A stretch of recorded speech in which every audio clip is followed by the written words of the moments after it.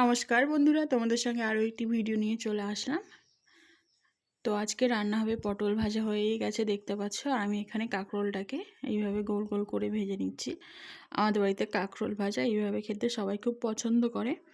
তো অধিকাংশ দিনই আমাদের বাড়িতে এই কাঁকরোল ভাজাটা হয়। আর সাথে করব তেলাপিয়া মাছ দিয়ে, আলু দিয়ে, পটল দিয়ে পাতলা ঝোল।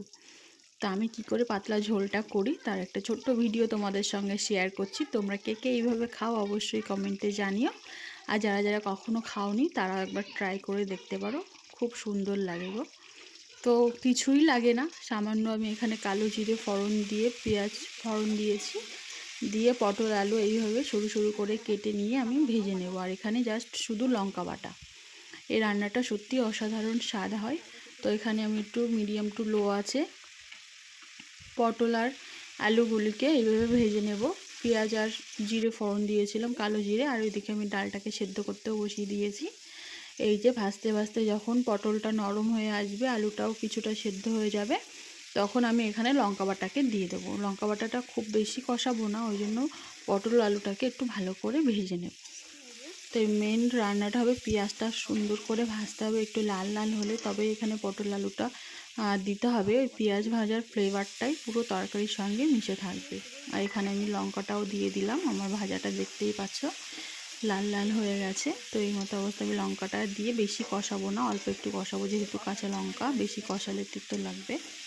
তো আমি এরকম অল্প মিডিয়াম টু লো আছে এইভাবে নেড়ে চেড়ে নেব, নিয়ে জল দেব। তো চলো দেখতে থাকো, যখন গায়ের থেকে তেলটা ছেড়ে দেবে আমি সেখানে জল দিয়ে দেব।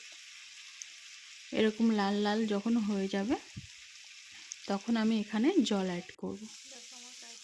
দেখো আমার কিন্তু সমস্ত কিছু সেদ্ধও হয়ে গেছে, অর্ধেক রান্না কিন্তু হয়েই গেছে। আর আমি কিন্তু এখানে খুব বেশি জল দেব না, যেটুকু পাতলা ঝোল নামাবো, তো যেটুকু যা ঝোল করব সেই মতনই জলটা দেব, কারণ সমস্ত সবজি আমার সেদ্ধ হয়ে গেছে এখানে। এখানে জলটা আমি দিয়েছি দেখতে পাচ্ছ। ওই জলটা যখন ফুটে উঠবে তখন আমি এখানে মাছগুলোকে ছেড়ে দেব। আর একটু জল দেব, যেহেতু পাতলা ঝোল বলেছিলাম। দেখবে আমি আর একটু জল এখানে অ্যাড করে দেব। কালারটা দেখেছো বন্ধুরা, কিছুই লাগে না, অল্প কিছু ইনগ্রিডিয়েন্টস দিয়ে রান্নাটা হয়, কিন্তু স্বাদটা সত্যি অসাধারণ। যারা যারা পাতলা ঝোল খেতে ভালোবাসো তারা একবার হলেও এইভাবে রান্না করে দেখতে পারো, খুব সুন্দর লাগে। এই যে ঝোলটা ফুটে উঠেছে, আমি এখানে মাছগুলোকেও একটা একটা করে দিয়ে দেব। এই যে মাছগুলোকে আমি ছেড়ে দিলাম একটা একটা করে। এই রান্নাটা আমার ছেলেও খুব ভালোবাসে, এরকম পাতলা ঝোল। ওর বাবাও খুব ভালো খায়।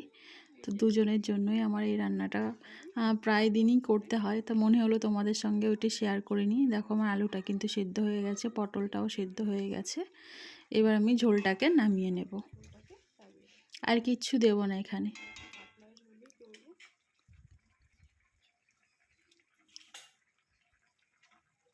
দেখো আমি এরকম ঝোলই লাগাবো, খুব বেশি ঝোল মানে কমাবো না, যেহেতু বলেছিলাম পাতলা ঝোল। ঝোলটা দেখেছো, এরকম পাতলা ঝোল, কিন্তু স্বাদটা কিন্তু অসাধারণ হয় বন্ধুরা। তোমরা একবার হলেও বাড়িতে ট্রাই করে দেখো। আর যারা যারা খেয়েছো তারা তো জানো এই স্বাদটা কতটা অতুলনীয়।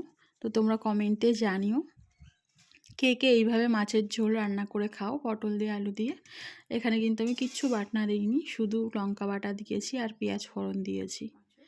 তো চলো এবার আমি এখানে ডালটা করব। আর এই যে আমার কালারটা এরকম এসেছে, মাছটা কি সুন্দর লাগছে না দেখতে।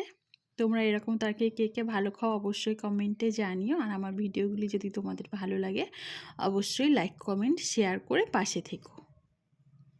এবার আমি এখানে পেঁয়াজ আর জিরে ফোড়ন দিয়ে ডালটাকে ফোড়ন বলকে দিয়ে দিয়েছি। দেখো পেঁয়াজটাকে আর শুকনো লঙ্কাটাকে আমি এইভাবে ভেজে নিয়েছি। এখানে একটু জিরেও দিয়েছি, কালো জিরেই আমি খুব দেই।